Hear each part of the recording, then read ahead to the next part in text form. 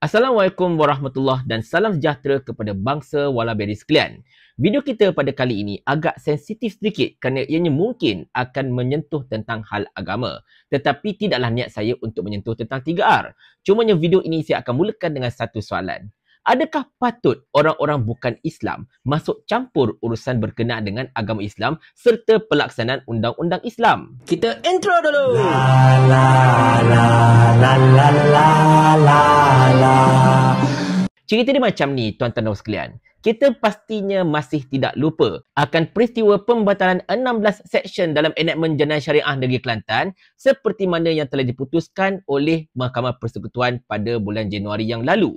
Di mana ini sebenarnya merupakan rentetan daripada cabaran seorang wanita ataupun peguam bernama Nik Elin Rashid, di mana dia telah mencabar 20 sebenarnya enakmen Jenayah Syariah Kelantan yang dikatakan bercanggah serta bertindan dengan perlembagaan. Dan daripada 20 tersebut, tinggal 18 saja yang dibicarakan dan daripada 18 itu, 16 telah dibatalkan oleh Mahkamah Persekutuan. Dan benda itu merupakan hari hitam untuk Mahkamah Syariah serta institusi enakmen Jenayah Syariah dekat negara kita ini. Dan secara asasnya sebenarnya bagi saya secara peribadi, ianya telah melanggar kuasa Sultan Negeri Kelantan selaku ketua agama bagi negeri tersebut serta orang yang bertanggungjawab mengawal selia perjalanan undang-undang enakmen Jenayah Syariah Negeri Kelantan yang tersebut itu. Namun begitu, pada baru-baru ini, Sidang DUN Negeri Kelantan secara sebulat suara keseluruhan 45 adun-adun Kelantan termasuklah 2 adun pembangkang telah mengundi meluluskan agar 16 enakmen Jenayah Syariah yang telah dibatalkan itu digubal semula. Perkara ini telah diumumkan oleh Speaker Dewan Negeri Kelantan iaitu Datuk Nik Amar yang mengatakan bahawa Sidang DUN Kelantan telah melahirkan perasaan duka cita mereka atas pembatalan enakmen-enakmen tersebut dan mereka telah meluluskan usul untuk menggubal kembali undang-undang enakmen yang telah terbatal itu. Dan sudah tentulah pada kali ini, enakmen-enakmen itu digubal berdasarkan kepada kesesuaian dan tidak bertindan dengan Perlembagaan Persekutuan. Soalan timbul, tuan-tuan dan sekalian, kenapa nak gubal juga undang-undang yang telah dibatalkan itu? Sebab saya dah beritahu banyak kali benda ini. Negara kita memang sentiasa ada 2 set undang-undang. Satu undang-undang sivil dan satu lagi undang-undang syariah.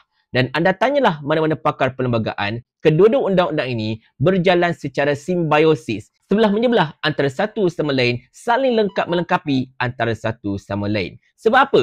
Sebab ada di antara kesalahan-kesalahan jenayah syarak ini sebenarnya tidak terguna pakai kepada orang-orang bukan Islam. Bahkan untuk enakmen jenayah syariah negeri-negeri ini pun tidak terguna pakai untuk orang-orang bukan Islam. Untuk orang-orang bukan Islam, mereka ada undang-undang sivil. Untuk orang-orang Islam, mereka ada undang-undang syariah, terutamanya kesalahan-kesalahan yang melibatkan syarak. Dan ada, macam saya katakan, ada undang-undang ataupun kesalahan itu yang boleh katakan boleh masuk dua-dua. Boleh masuk sivil, boleh masuk ke bahagian syarak dan sebagainya. Di mana benda ini, seperti mana yang pernah saya katakan, boleh menimbulkan kecelaruan yang tidak dijangkakan. Sebagai contoh, undang-undang berkenaan dengan muamalat riba telah dibatalkan dekat enakmen Jenayah Syariah sebab alasannya ada undang-undang berkaitan dekat bahagian persekutuan. Cumanya, macam saya selalu bagikan contoh, katakanlah seorang bukan Islam dan seorang Islam telah mengamalkan atau membuat kesalahan undang-undang riba tersebut. Orang bukan Islam, dia ini tidak terlibat dengan riba. Riba tidak ada dalam senarai jenayah dalam agama mereka. Jadi mereka ini tidak boleh kenakan hukuman. Sedangkan orang Islam ini, riba memang merupakan satu kesalahan dalam Al-Quran. Memang dah ada kesalahan tersebut. Jadi dia kena dihukum kerana telah melakukan muamalat riba. Tetapi undang-undang sivil kata yang bukan Islam ini lepas. Maka yang Islam ini akan tak puas hati. Dia kata, mana boleh. Pelaksanaan undang-undang itu mestilah adil dan lihat adil. Kalau saya kena hukum, yang bukan Islam ini juga kena hukum. Tetapi kalaulah hakim nak hukum yang bukan Islam ini atas muamalah riba, dia akan protes. Dia akan kata, aku bukan Islam, aku pun kena mengenal aku pula kan. Jadi ini akan menimbulkan kecelaruan. Jadi oleh kerana perkara itulah, Sidang DUN Negeri Kelantan pada baru-baru ini telah meluluskan sebulat suara agar 16 enakmen jenayah syariah itu digubal semula. Dengan pandangan bahawa benda ini mestilah digubal tanpa mencabar ataupun menggugat ataupun bertindan dengan enakmen ataupun seksyen yang sama yang ada dekat peringkat sivil, peringkat persekutuan. So konyong-konyong datanglah satu persatuan iaitu Majlis Perundingan Malaysia untuk Agama Buddha, Kristian, Hindu, Sikhism dan juga Taoism telah meminta agar peguam negara tolong halang, jangan bagi sidang DUN Kelantan ini, jangan bagi negeri Kelantan gubal kembali undang-undang yang telah dibatalkan oleh Mahkamah Persekutuan yang itu. Di mana kata majlis tersebut, benda ini akan menyebabkan sekali lagi berlaku pertindanan antara sidang DUN dan juga Persekutuan, dan benda ini dah diputuskan dibatalkan oleh Mahkamah Persekutuan pun. Jadi sidang DUN Kelantan tak patut buat macam itu dan macam-macam lagi lah alasan mereka. Cumanya inilah dia persoalan kita, tuan-tuan sekalian. Sekarang ini yang nak gubal undang-undang untuk negeri Kelantan itu, untuk orang-orang Islam Kelantan itu ialah sidang DUN Kelantan. Mereka nak gubal undang-undang untuk orang Islam negeri Kelantan.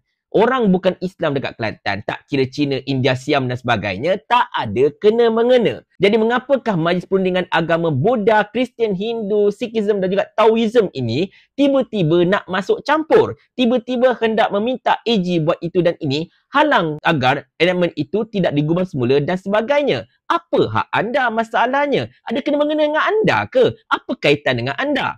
Kalau Bar Council yang kata macam itu, saya boleh faham. Sebab Bar Council dia ada local standby berkenaan dengan perundangan. Itu kita faham, tak ada masalah.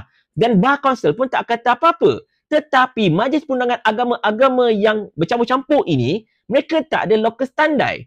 Elemen Jenayah Syariah Negeri Kelantan atau mana-mana negeri dekat Malaysia ini tak tergunakan terhadap orang bukan Islam. Jadi mengapakah anda mengada-ngada sangat tiba-tiba nak masuk campur tentang satu perkara yang tak ada kena-mengena dengan anda? Apa masalah anda sebenarnya sekarang ini? Dan ini bukan kali pertama mereka buat perangai, tuan-tuan dan puan-puan sekalian.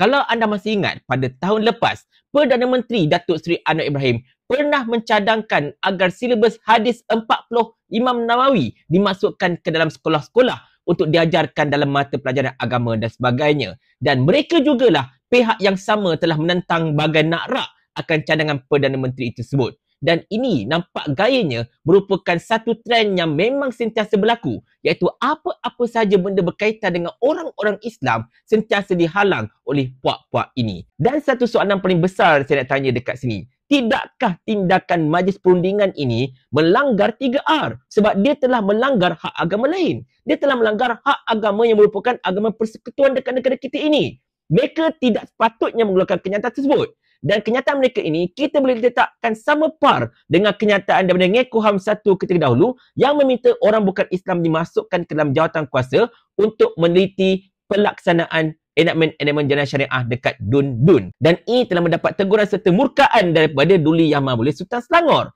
Dan sekarang ini Majlis Perundingan ini tiba-tiba nak buat benda yang sama macam Ngekoham buat. Jadi takkanlah tak ada pihak yang nak kata diorang ini, oh kau telah langgar 3R dan sebagainya. Jadi sekarang kita nak minta jasa baik Kementerian Dalam Negeri. Kita mahu pohon jasa baik MKI untuk mengeluarkan kenyataan yang mengecam tindakan Majlis Perundingan ini yang telah melakukan perkara yang di luar batas mereka sebenarnya. Di luar daripada bidang kuasa mereka. Ini adalah satu perkara yang sangat-sangat tidak patut. Tetapi sebelum saya mengakhiri video saya ini, tuan-tuan sekalian, saya pohon sangat-sangat kepada para subscriber saya atau follow saya di mana-mana saja. Kalau anda nak komen, tolong komen dengan berhati-hati dan jangan mengecam penganut-penganut agama lain. Penganut-penganut agama lain, rakyat-rakyat kita ini, rakyat bawah ini, mereka ini tak ada benda pun masalahnya. Tak ada kena-mengena dengan mereka dan mereka pun tak heran semua ni. Yang heran cuma mereka yang ada kepentingan tertentu seperti Majlis Perundingan ini serta mungkin pihak-pihak yang berdiri di belakang mereka dan sebagainya. Sebab saya yakin Majlis Perundingan ini tidak akan bersuara jikalau tidak mendapat backup yang luar biasa daripada orang-orang ataupun pihak-pihak tertentu. Wallahualam bisawab. Tetapi itulah dia, tuan-tuan dan sekalian, memandangkan mereka ini sekarang benar-benar ada suara dekat dalam kerajaan kita ni kan. Kita pun faham, tak payah cerita banyak lah pun. Jadi mereka mungkin boleh buat sesuka hati mereka. Lagipun Seni Hamzan kan dah kata macam ni dah. Kerajaan ni kerajaan kami. Jadi ikut suka kami lah. Paling kurang aku ada formula. Ni kau ada menteri berlambak-lambak ni satu formula pun tak ada. Otak letak dekat mana? Saya ulang. Sampai Abang Jamil mampus.